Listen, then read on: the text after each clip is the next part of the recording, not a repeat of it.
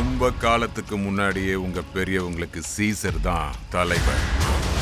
மனுஷ இனமும் குரங்கினமும் ஒன்னா வாழ்ந்து வந்தாங்க. கற்பனைக்கு அப்பாற்பட்ட விஷயமா தெரியலாம். மனுஷங்க அவங்க ஆதிக்கத்தை இழந்து பேசுற திறனையும் இழந்துட்டாங்க.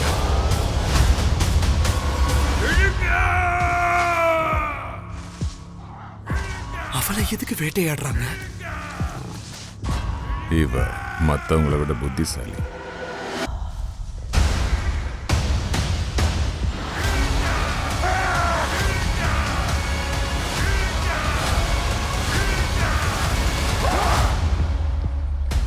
எனக்கு பேர் இருக்கு,